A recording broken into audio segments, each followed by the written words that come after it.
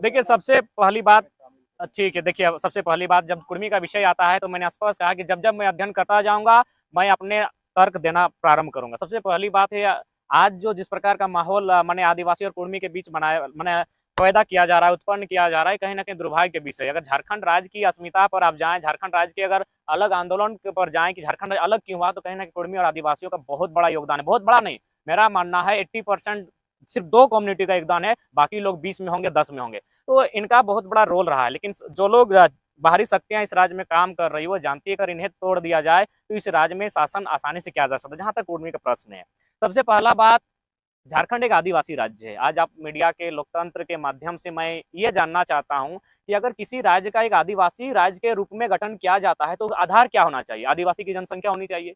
यदि किसी राज्य में आदिवासी की जनसंख्या 10% है, 15% है, 20% है, तो क्या उस राज्य को एक आदिवासी राज्य के रूप में गठन किया जा सकता है? शायद संभावना है नहीं।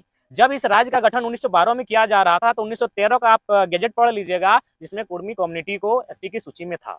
यानी उनको आधार मानते हैं, उनका पॉपुलेशन लगभग 20 से 25 के आसपास है। उसके बाद कुछ और कम्युनिटी है जैसे घटवार है, तो इन पॉपुलेशन को अगर जोड़ दिया जाए तो ये उस समय 50% से प्लस था।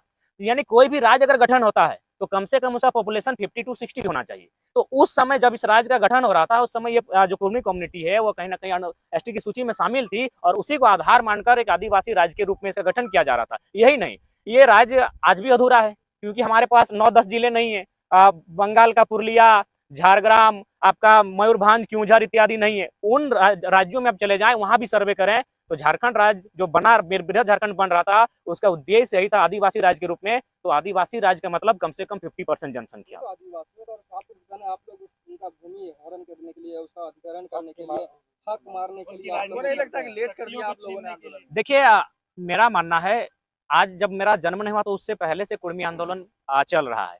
दूसरा बात, सबसे पहली बात, ठीक है, लोगों को समझना होगा कि आखिर इस कम्युनिटी को सूची से हटाया क्यों गया। और मेरा मानना है कि कुर्मी का बेटा के साथ साथ पूरे झारखंड स्टेट को, ठीक है, आपके बीच विवाद होना, तर्क वितर्क होना, पक्ष विपक्ष होना, असहमति होना, ये सब चलता रहेगा, लेकिन सच्चाई को जानना होगा। जब 1908 के आसपास, 1907 के आसपास टाटा ने बहुत ज्यादा संख्या में जमीन का अधिग्रहण किया गया, तो उस समय मेरा हिसाब से मानना था अंग्रेजों का कि अगर इसी तरह चलता रहे कंपनियों का दौर तो कहीं ना कहीं झारखंड के लोग भोले भाले हैं और इनकी जमीनों को सब अधिग्रहण कर लेंगे। तो उस समय चूंकि जो लोग एसटी की सूची में शामिल हैं उनकी जमीनों का अधिग्रहण आसानी से नहीं हो सकता है। लेकिन जो कोलियरी क्षेत्र है, आप देख सकते हैं धनबाद और बोकारो जिला, उसमें जो भी कोलियरी क्षेत्र हैं उनमें मैक्सिमम जो जमीनें गई हैं उसमें कुर्मी समुदाय की गई हैं। तो एक चालाकी के साथ, एक साजिश के साथ इनको सूची से इसलिए बाहर किया गया था ताकि जमीनों को अधिग्रहण करने में आसानी होगी। उसके बाद अगर टाटा की बात करें तो मैं धनबाद से संबंध रखता हूं। टाटा का धनबाद में 2 ही यूनिट है, टाटा जमाडोबा, टाटा सिजवा, और दोनों यूनिट कुर्मियों की जमीन पर स्थापित है। तो एक बहुत गहरी साजिश के साथ 1950 में जैसे कुर्मी कम्युनिटी को आदिवासी की सूची से बाहर किया गया, 1951 में सिंदरी का प्लांट खड़ा होता है। आप सिंदरी प्लांट को सर्च कर लीजिए, वहां हर लाया है 85 से करोड़ के लागत के साथ। वहां कितने लोगों को लाभ मिला है? में भी आप नहीं थे। नहीं, 1913 में 1913 का गैजेट, आप ही के नेता जो हैं, कोई नेता थे महतो, वो बंगाल प्रेसिडेंसी में वहाँ पे कोर्ट में, बंगाल कोर्ट में एक हलफनामा देते हैं कि हम एसटी में शामिल नहीं होंगे, हमको एसटी से हटा दिया। अच्छा एक बात कहिए, आज मेरा नहीं कहना, ठीक है उनका। देखिए सबसे पहला हम तर्क जब बात की है तो मैं एक ऐसा तर्क प्रस्तुत करके जाऊंगा जिससे कि शायद किसी को आपस में रंजिश का संबंध नहीं होगा। सबसे पहला बात, 2-4 व्यक्तियों के माध्यम से आप पूरे समाज को जस्टिफाई नहीं कर सकते हैं। ठीक है, कुछ लोगों ने किसी कारणवश लोग में अगर इस तरह किया होगा, लेकिन आपको जो वास्तविकता है उसे जानना होगा। दूसरी बात, आज अगर आप देख सकते हैं, और मेरा मानना है कि शायद ये मीडिया के बंधु बेहतर कर सकते हैं। सबसे पहला बात, मैंने ऑल ओवर इंडिया के कुर्मी और झारखंड के टोटमिक कुर्मी को एक करने का, मैंने एक दिखाने का प्रयास किया जाए। तो मैं चाहूंगा कि मीडिया के बंधु, पलामू क्षेत्र में ऑल ओवर इंडिया के कुछ कुर्मी समुदाय लोग रहते हैं और टोटमिक लोग तो खैर छोटा नागपुर पठार में बहुत ज्यादा है। तो आप लोग उनका जो जीवन दर्शन है उस पर एक अध्ययन किया जाए और उनके जीवन दर्शन को पब्लिकली सबके सामने रखा जाए कि उनमें कितनी भिन्नता है। बहुत सारी भिन्नताएं हैं, इसलिए टोटेमिक कुर्मी और ऑल ओवर इंडिया कुर्मी में बहुत सारा अंतर है। दूसरी बात, आप देखिए, जब आज ये मांग जो चल रही है, मेरे हिसाब से सेंट्रल की बात है, और सेंट्रल में झारखंड के अलावा बहुत समुदाय हैं, भील हैं, गोंड है, मीना है, और भी बहुत सारे आदिवासी समुदाय हैं। क्या उन्होंने विरोध किया? नहीं किया। अब अगर झारखंड में विरोध किया जा रहा है तो मेरा हिसाब मानना है कि संविधान आखिर क्यों है? संविधान प्रत्येक व्यक्ति को ध्यान में रखकर बनाया गया है, और मैं अभी 32 आदिवासी की, मैंने एसटी के सूची 32 समुदाय शामिल है और कुछ नए जुड़े हैं, शायद 3 या 4, ऑल ओवर 10 जुड़े हैं, लेकिन झारखंड में 3 या 4, लोहरा, भोक्ता, तमड़िया इत्यादि। तो अगर आप चलिए अब कुर्मी की बात थोड़ा सा बगल में रखते हैं और हम थोड़ा सा एसटी में जो 32 उन्हीं पर चर्चा करते हैं। पहाड़िया की क्या स्थिति है, बिरजिया की क्या स्थिति है, बिरहरी की क्या स्थिति है। तो मेरा अगर मानना है, जिस प्रकार सेंट्रल की लिस्ट में ओबीसी है, लेकिन जब वो लिस्ट राज्य के पास आता है तो कहीं BC1, BC2, BC3 हो जाता है, MBC हो जाता है कहीं आपका। तो ठीक उसी प्रकार अगर आप व्यक्ति को जिंदा रखना चाहते हैं तो सबसे पहले जो 32 आदिवासियों की सूची है उसमें आप जो अति पिछड़े लोग हैं, जो हमको लगता है वायलेंट, माने जो लोग कुछ सालों में खत्म हो जाएंगे, एक प्राइमेटिव ट्रायल्स के तहत उनको भी देखने का काम कीजिए। तो ठीक उसी प्रकार अगर इनको ऐसा लग रहा है कि कुर्मियों के शामिल होने से, तो उस पर राज्य सरकार को राज्य सूची के लिए समीक्षा करनी चाहिए कि जब सेंट्रल के बाद उसी कुर्मी कम्युनिटी को आदिवासी में शामिल करने के बाद जब राज्य सूची में आएगा तो राज्य में जो मतभेद हो रहा है तो उस राज्य सरकार पर छोड़िए। बाकी सेंट्रल की अगर बात करें तो ऑल ओवर इंडिया में एसटी लोग हैं, कहीं से विरोध नहीं हो रहा है, सिर्फ राज्य में हो रहा है। अतः राज्य सरकार को चाहिए कि राज्य में समीक्षा हो कि कुर्मी के लिए क्या ऑप्शन हो सकता है। देखिए एक बात है, यह लड़ाई इस आंदोलन से लगभग सालों पूर्व की है। हम लोग 32 के खतियान को लेकर निकले थे, हम लोग नियोजन नीति को लेकर निकले थे, लेकिन अगर जब आपका सवाल आएगा तो उसका हम तार्किक उत्तर रख सकते हैं। और तार्किक उत्तर यही कि जब राज्य का गठन किया जा रहा था तो एक बहुत बड़ी आबादी के साथ आदिवासी राज्य के रूप में से गठन किया जा रहा था। उस समय तत्कालीन जो सूची थी उसमें कुर्मी शामिल था। उसके बाद उसे सूची से हटाने का रीजन यही था कि खनिज संपदा, मैक्सिमम जो खनिज संपदा है वह कुर्मी की धरती पर ही आज उतना नहीं। अगर हम बात करें HEC और हिंडाल्को की, तो मेरे हिसाब से हम लोग काफी, आयु हमारी कम है, आप लोग खुद जाके सर्वे कर लें कि मैक्सिमम जमीनें किनकी है। तो जमीन अधिग्रहण करने के कारण ही उनको सूची से बाहर किया गया था। एक आरोप आप पर भी लग रहा है, आदिवासी लोग लगा रहे हैं कि जयराम मतलब जहाँ भी कहीं कुछ विद्रोह होता है वहाँ पे जाकर कूद जाते हैं, पहले भाषा, फिर खतियान, फिर चैन वाला पहाड़ पे जाके देखिए सबसे पहला बात, मतलब हर जगह कूद जाते हैं, ना टांग अड़ा देते हैं, इनका राजनीतिक नहीं, सबसे पहली बात है हम लोग कभी उम्र क्या है, यही तो हम लोग स्टार्टिंग कर रहे हैं, हम लोग कभी दांत ठीक से 32 को उगा नहीं है। तो मेरे हिसाब से गलत धारणा दे रहे हैं। और हम लोग तो हमेशा किसी को, हम लोग किसी के अधिकार पर हम लोग वार नहीं किए हैं। जहाँ तक मारंग मुरुंग का प्रश्न है, एक बार मारंग मुरुंग को फिर से सर्वे किया जाए। मारंग मुरुंग के आसपास अगर सबसे ज्यादा गाँव है तो कुर्मियों के गाँव है। अच्छा, ये चमरा लिंडा जो बोल रहे हैं कि अगर कुर्मी आदिवासी बनने की मांग करते हैं तो पूरे झारखंड में तितली की तरह आदिवासियों को उतार देंगे। देखिए मेरे हिसाब से ये बहुत ही मैंने उनका दुर्भाग्यपूर्ण बयान है। गुर्जर लोग आंदोलन किए, जाट लोग आंदोलन किए, पटेल लोग आंदोलन किए, क्या किसी अन्य समुदाय ने उनके खिलाफ जाकर सड़क में आंदोलन किया? नहीं। यानी कोई कम्युनिटी, चाहे कोई समुदाय अपने अधिकार को संवैधानिक दायरों में मांग सकता है। हाँ, आप क्या कर सकते हैं, अगर आप असहमत हैं तो आप कोर्ट में जाकर PIL दायर करते हुए, याचिका दायर करते हुए कोर्ट में ये मांग कर सकते हैं। उसके बाद निर्णय लेना, उसको शामिल करना ना करना, ये कोर्ट का विषय रहता है। लेकिन आप एक भी, भारत देश में इतने आंदोलन हुए हैं, सभी समुदाय, सभी वर्गों ने किया है, क्या किसी अन्य वर्ग ने उसके खिलाफ आंदोलन किया है? ये शायद झारखंड में ही हो रहा है। और मुझे लगता है अगर वास्तव में वे लोग आदिवासी चिंतक हैं तो उन्हें ये चिंता करना चाहिए कि जब अगला परिसीमन होगा, क्योंकि एक समय इसी भूभाग में कभी 70% आदिवासी हुआ करते थे, आजादी के जब हुआ तो उसमें 52% हुआ करते थे, आज 26 में आए हैं। जब अगला जनगणना होगा, खासकर जातीय जनगणना जो पूरे देश में बात उठ रही है, उसमें क्या स्थिति होगी?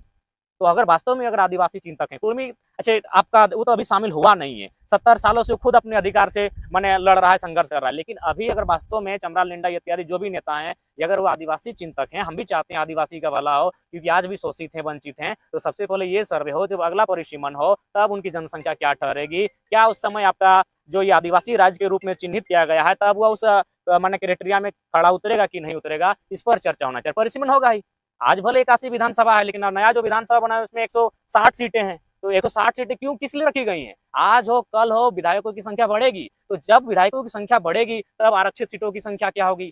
क्योंकि आरक्षित सीट होना यानी उस समुदाय का भागीदारी होना। अब जिस सीट में मान के चलिए अगर SC समाज दावा करेगा और उसमें अगर SC समाज के लोग नहीं रहेंगे, क्या सीट उसे आरक्षित दिया जाएगा? नहीं दिया जाएगा। तो इसलिए अगर उनको चिंतन करना है तो जो लोग नष्ट हो जा रहे हैं पहले उन पर चिंतन करना चाहिए कि पहाड़िया लोग कहाँ हैं, असूरी लोग कहाँ हैं, बिरजिया लोग कहाँ हैं, उनकी क्या स्थिति है। 32 में भी जो है मेरा मानना है कि 32 को भी एक साथ आप नहीं रख सकते हैं। राज्य सूची की अगर बात कही जाए तो जो 32 आज माने और मान के चलिए 35 हो चुके हैं, उनको भी आप एक साथ नहीं रख सकते हैं। अतः संविधान का मतलब है किसी को नुकसान नहीं होना, संविधान का मतलब है सबको अधिकार मिलना। अतः संविधान को यानी सरकारों को सोचना चाहिए कि सभी वर्गों को उनके अधिकार से वंचित ना किया जाए। जहां तक कुर्मी का प्रश्न है, वह आरक्षण के लिए नहीं, वो संरक्षण के लिए लड़ रहा है। उसकी लड़ाई संरक्षण की है, क्योंकि अगर आज वो संरक्षण की आवाज नहीं उठाता है तो आने वाले 20 सालों में आप देखिएगा सबसे ज्यादा जमीन किन्हीं की संकट में आएगी तो कुर्मियों की आएगी। आप देख सकते हैं यही आपका जो ये सड़क चौड़ीकरण हुआ आपका और मांझी से जो निकला है, देखिए किनका घर मकान ज्यादा टूटा है। ये जो आपका रिंग रोड घुमा चारों तरफ, उसमें भी आप देख लीजिए। तो इस ये मसला है, संरक्षण का मसला है, ये लड़ाई आपका अपनी आइडेंटिटी का है, लेकिन लोग इसको थोड़ा सा सिर्फ ले आते हैं आरक्षण की पॉलिसी में ले आते हैं। तो वहाँ राज देखिए इस पर भी अध्ययन करना होगा, क्योंकि मुझे जानकारी नहीं है कि आखिर इसको लड़ाने के पीछे किनका हाथ है, लेकिन मैंने जो तर्क रखा आप उस तर्क को खारिज नहीं कर सकते हैं। अगर उन्हें सूची में हटाना, सूची में रहना, आदिवासी राज्य की मांग करना क्यों हुआ था? कम से कम जनसंख्या 50 होनी चाहिए थी, क्योंकि 25% अगर मान के चले आज आदिवासियों की संख्या इस राज्य में 25% है। अगर 25% को आधार मानकर अगर किसी आदिवासी राज्य का निर्माण किया जाए तो ये संभावना नहीं है। कम से कम जनसंख्या 50-60 के आसपास होनी चाहिए, तभी ये संभावना है। यानी अगर आपको राज्य सूची में अगर राज्य में ये डर लग रहा है, तो जिस प्रकार BC1, BC2, BC3 अगर इसमें आपको डर लग रहा है, पहला बात मैं कहूंगा ये आरक्षण की नहीं संरक्षण की लड़ाई है। तो आप उसके लिए राज्य सरकार को एक गहन समीक्षा करनी चाहिए। और हम तो कहेंगे कि प्राइमेटिव ट्राइब्स का भी एक अलग कॉलम राज्य में रखे और उसमें जो लोग विलुप्त हो जा रहे हैं उनको आप कम से कम सुरक्षित करने का कार्य करें। तो मूल विषय पर आइए। सरकार बोल रही है कि हम सर्वे कराएं और उसी के आधार पर ये डिसीजन फिलहाल इसके लिए है, फिलहाल नियोजन दिया जाए, तो बाद में फिर हो सकता है कि यार बनाए नहीं, तो इसमें क्या आपत्ति है? देखिए आपत्ति का सवाल ये है कि सबसे पहली बात ये नीति 2016 की है। अगर इस नीति से झारखंड के युवा खुश हैं, संतुष्ट हैं, तो फिर 2016 की सरकार रहने देते हैं।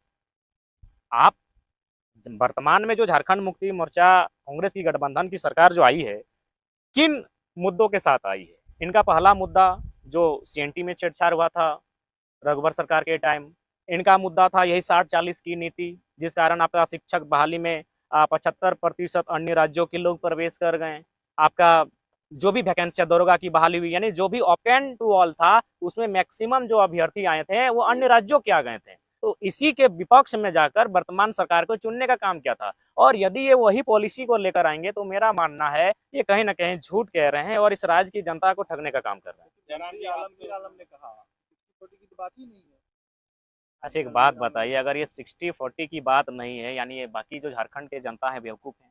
यानी जो पेपर में प्रकाशित हो रहा है, क्या वे लोग बेवकूफ़ हैं? मैंने तो कहा कि यहाँ मंत्रियों का जो है जो झुंड है, मुझे लगता है मजाक हो रहा है। इनके ये अपने बयान पर खुद टिक के नहीं रह पा रहे हैं, उलूल जुलूल बयान दे रहे हैं। सरकार लिखित में कुछ और कह रही है, ये लोग मीडिया के सामने मुंह से कुछ और बोल रहे हैं। तो ये तो एक भ्रम ही फैलाया जा रहा है कि नियोजन नीति आई है सरकार के लिए, ऐसा तो कुछ हुआ नहीं। नीति तो हमने भी वही कहा, जो नियम सरकार पहले बनाई थी कि मैट्रिक और इंटर यहाँ से पास करना है, उसको सिर्फ विलोपित कर लिया, वो हाई कोर्ट के आदेश कर दिया। हमने भी आज के बिल्कुल मैंने भी आज के प्रेस कॉन्फ्रेंस के माध्यम से मैंने भी यही कहा कि जो विधानसभा सत्र 12 के बाद प्रारंभ होगा उसमें आप नीति बनाए। हमने तो ये नहीं कहा कि आपने नीति बना दिया और उसके विरोध में हम लोग कॉन्फ्रेंस किए हैं। मैंने तो ये कहा कि झारखंड के सरकार को इस प्रेस कॉन्फ्रेंस के माध्यम से हम संदेश देना चाहेंगे, मैंने डॉक्यूमेंट्री के साथ कि बिहार की पास क्या पॉलिसी है, उड़िया के पास क्या पॉलिसी है, छत्तीसगढ़ के क्या पॉलिसी है। तो हम लोग इस प्रेस कॉन्फ्रेंस के माध्यम से, चूंकि विधानसभा का सत्र चल रहा है, राज्य सरकार को ये संदेश देने के लिए आए हैं कि आप भी झारखंड के हित के लिए क्या पॉलिसी बनाकर लाते हैं। हम लोग पॉलिसी तो बनी नहीं है, पॉलिसी बनी नहीं कि विधानसभा सत्र चला नहीं है, तो ये तो इस बात से हम लोग भी अवगत हैं। तो चूंकि विधानसभा का सत्र चलने वाला है, इसीलिए आज के प्रेस कॉन्फ्रेंस करने का उद्देश्य यही है कि आज के माध्यम से सरकार को संदेश जाए। एक सवाल है कि जो रामगढ़ उपचुनाव का रिजल्ट है, क्या लगता है हेमंत सरकार के खिलाफ मैंडेट है युवाओं ने दिया है? हाँ, कहीं ना कहीं राज्य सरकार की जो पॉलिसियां लगातार जो युवा सेटिस्फाइड नहीं कर पा रहे थे, राज्य की जनता को सेटिस्फाइड नहीं कर पा रहे थे, उसी के विपक्ष में जाकर उन्होंने मतदान किया है। और मुझे लगता है अगर यही रवैया रहा तो शायद 2024 में एक बहुत बड़ा बदलाव देखने को मिलेगा। लेकिन दुर्भाग्य ये है कि इस राज्य में अगर जेएमएम से लोग नाराज होते तो फिर जाके एनडीए के पास चले जाते हैं, एनडीए से नाराज होते हैं तो यूपीए के पास चले जाते हैं। यानी मेरे हिसाब से राज्य की जनता को 2024 का जब चुनाव हो उसमें तीसरे विकल्प को तराशना होगा, और नहीं तो फिर ये फुटबॉल के मैच की तरह होगा, गेंद एक बार उस रडार में जाएगी, उधर से किक इधर किया जाएगा और फाइनली इस राज्य की जनता फुटबॉल की तरह खेलती रह जाएगी और मैंने इधर से उधर लुढ़कती रह जाएगी। युवा चाहते हैं जयराम मतलब युवाओं की बहुत सारी कमेंट्स आते हैं, तीसरा विकल्प देने का तो मौका था, लेकिन जयराम जी आप तो नहीं दिए। देखिए सबसे पहला बात है कि हम लोग पहले ही बोलें कि हम लोग जो भी करेंगे कहेंगे 2024 में ही फ्रेश होगा।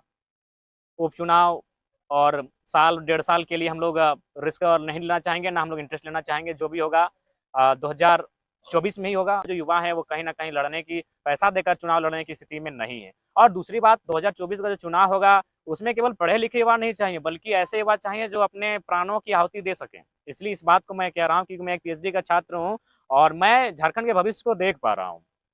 क्या देख पा रहा हूँ? आज हम लोग भाषा की बात कर रहे हैं, इसीलिए हमारा सामना माफियाओं से नहीं हुआ है। आज हम लोग खतियान की बात कर रहे हैं, इसलिए हमारा सामना माफियाओं से नहीं हुआ है। लेकिन आपको जानकारी होना चाहिए, ये झारखंड खनन और इंडस्ट्रियल बेल्ट में आता है। जब हम लोग कंपनियों में, कोयला के खदानों में एंट्री करेंगे, उस समय हमारा सामना कोयल माफियाओं से होगा, उस समय हमारा सामना यूपी बिहार के शूटरों से होगा। तो इसलिए अब अगर 2024 में कोई युवा इस आंदोलन के माध्यम से विधायक बनने का ख्वाब देखे हैं, तो मैं मानना चाहूँ, मेरा उन्हें संदेश होगा, अपने आप के सर पे मौत का कफन बांध कर आए। क्योंकि ये बात मैं इसलिए कह रहा हूँ कि हाल फिलहाल माननीय मुख्यमंत्री का जो एक रिलेशन में बहन का विवाह था, उसमें कंपनी ने 80 लाख फाइनेंस किया था, और वही कंपनी अभी कोल्हान के क्षेत्र में सबसे ज्यादा जमीन लूटने का काम कर रही है। तो बताइए माननीय मुख्यमंत्रियों के खिलाफ कैसे जाएंगे। आप देख सकते हैं, आपका बड़का गांव के क्षेत्र में जो कर्णपुरा कोल ब्लॉक से, वहां 35 कोल ब्लॉक्स आवंटन किए गए हैं। बताइए 35 कोल ब्लॉक, 235 गांव आते हैं, 5 गांव को छोड़कर बाकी 230 गांव विस्थापित हो जाएंगे। तो इस पर कौन सी सरकार उसके सामने जाएगी, क्योंकि पूंजीपतियों का सामना करना आसान नहीं है। पूंजीपतियों का सामना निर्मल दा नहीं कर पाए। आपको क्या लगता है निर्मल दा क्या झारखंड अलग राज्य? निर्मल दा को मारने में कंपनियों का भी रोल है। स्वर्ण रेखा नदी परियोजना में खुले मंच पर कहता हूं, आपको क्या लगता है शहीद सुनील महतो ऐसे ही शहादत दिए हैं? उसमें कहीं ना कहीं जो जमशेदपुर में स्थापित कंपनियां हैं, अभी नाम मैं समय के साथ लूंगा, उनका रोल है। तो इसीलिए 2024 का जो चुनाव होगा, अगर बदलाव चाहते हैं तो उसके लिए मेरा मानना है कि शायद पहला दौर ऐसा होगा जिसमें यहाँ के चुनने वाले विधायकों को सर पर कफन बांध कर आना होगा, क्योंकि उनका सामना माफियाओं से होगा, उनका सामना बड़े बड़े दबंगों से होगा। अगर ये शक्ति उनके पास है तो राज्य में बदलाव हो सकता है, और नहीं तो फिर आप कहेंगे कि जीते जी बदलाव कर सके, बिना रिस्क लिए बदलाव कर सके, ये संभव नहीं है। आप मंच देंगे, इसीलिए तो पूछा जा रहा है कि आप मंच देंगे, आप राजनीतिक पार्टी बनाएंगे? देखिए, जब वर्तमान में जो पक्ष और विपक्ष है राज्य में, अगर इनसे नहीं संभलता है तो जाहिर सी बात है हम लोग को एक प्रयास करना होगा, और उस प्रयास के लिए हम लोग प्रतिबद्ध हैं। निश्चय ही 2024 में इस उलगुलान के माध्यम से बदलाव देखने को मिलेगा। लोकसभा और विधानसभा दोनों चुनाव में ट्रेलर लोकसभा में ही दिखेगा। लेकिन एगो सवाल हमर इंदे आओ, अभी देख दादा भाई का लगल हो, हम तो 15-20 राज्य में काम करके आए लियो इंदे, बड़ी भाषा जानो यो, झारखंडी कितना बाहर में आते, अभी जो तमिलनाडु में भाई लगल हो, हमरो वर्कर हुआ फोन करके दे बोला हम इतना। देखिए, सबसे पहली बात, बिल्कुल आज जो भी हम लोग हिंसा के पक्षधर में नहीं है, हम लोग भी चाहते हैं कि जो तमिलनाडु में जो भी न्यूज वायरल हो रहा है उसमें कितनी सच्चाई है, उस पर जांच पड़ताल हो, और कहीं ना कहीं कुछ तो सच्चाई है। तो इस पर हम लोग हिंसा के सहमति नहीं है, लेकिन वहाँ केंद्र सरकार को हस्तक्षेप करते हुए हमारे जो मजदूर हैं कुशल वापस लाने का कार्य करे, और साथ ही साथ जब वो मजदूर वापस चले आए तो राज्य सरकार को चाहिए कि उनके लिए ज़्यादा से ज़्यादा रोजगार के अवसर उपलब्ध कराए जा सके। और ये संभव है, ऐसा नहीं कि संभव नहीं है। मैंने आपको कई बार मीडिया के माध्यम से मैंने रोजगार के अवसर का चर्चा किया है। झारखंड एक पर्यटन के क्षेत्र में बहुत ज़्यादा हमारे यहाँ मैंने सड़क बिछा हुआ है, यानी परिवहन के रूप में, पर्यटन के रूप में, कृषि के रूप में बहुत सारे स्कोप हैं जिनमें झारखंड। आखिर हमारे मजदूर वहाँ क्या करते हैं? केरल में जाके मछली पालते हैं, केरल में मछली पालते हैं ना। हमारे मजदूर आखिर क्या करते हैं? वहाँ जाके टावर लाइन में काम करते हैं। वहाँ तो कोई वे अफसर बनने नहीं गए हैं, मजदूरी करने गए हैं। 12 लाख लोग मजदूरी करने गए हैं। तो यदि झारखंड सरकार, अगर झारखंड राज्य में पर्यटन, परिवहन, कृषि को अगर बढ़ावा देते हैं, अन्य कुछ उद्योगों को, छोटी छोटी कुटीर उद्योगों को बढ़ावा देते हैं, अगर कार्य करे तो संभव है। और ऐसा नहीं कि इनके पास बजट में पैसा नहीं है। ये लोग खतियानी यात्रा करते हैं, जोहार यात्रा करते हैं, अश्लील यात्रा करते हैं, तब तो पैसा आता है। अभी होली में लाखों का खर्चा उड़ रहा है, तब तो पैसा आ रहा है। अगर राज्य सरकार मिशन के साथ कार्य करे तो हमारे मजदूरों को हमारे राज्य में ही काम मिल सकता है। और फिलहाल हम लोग यही कहना चाहेंगे कि सभी राज्यवासियों का उस राज्य में पहला अधिकार होता है। आखिर कोई अगर मजदूरी करने के लिए बाहर गया है तो परिवार के लिए गया है। परिवार अगर उसका राज्य में है और वह किसी गैर राज्य में है तो कहीं ना कहीं उस राज्य सरकार पर एक चुनौती का बड़ा प्रश्न होता है कि आखिर उसने इस राज्य के गठन में क्या किया। तो इसलिए मेरा मानना है राज्य सरकार को राज्य के हितार्थ के लिए कार्य करना चाहिए। दूसरा तीसरा विकल्प क्या बात कर रहे हैं, आपने बीच में खबर सुना होगा कि आपको लेकर के क्या कुछ टिप्पणियां की गई थी एक पूर्व विधायक के द्वारा, अपने बच्चा का भी शब्द का इस्तेमाल किया है। ठीक है, बच्चा कहा तो कोई गलत नहीं कहा, हम लोग हैं बच्चा, लेकिन इसका मतलब ये नहीं भगत सिंह भी बच्चे थे, अशफाक उल्ला खान भी बच्चे थे, खुदीराम बोस भी बच्चे थे। बच्चा है इसका मतलब नहीं आपसे बेहतर हम लोग जानकारी रखते हैं। आपके पास उम्र का ज्ञान है, हम लोग के पास छोटी सी उम्र में विजन है। हम लोग के पास पीएचडी के छात्र हैं, हम लोग दूर दूर की सोचते हैं कि दूर में झारखंड के साथ क्या होने वाला है। और आप लोग देख ही रहे हैं, लड़ा ही रहे हैं। पहले लोग धर्म के नाम पे लड़ाते थे, आज झारखंड में ही मैंने समुदाय को आप लोग लड़ा रहे हैं। बीच का रास्ता तैयार कीजिए।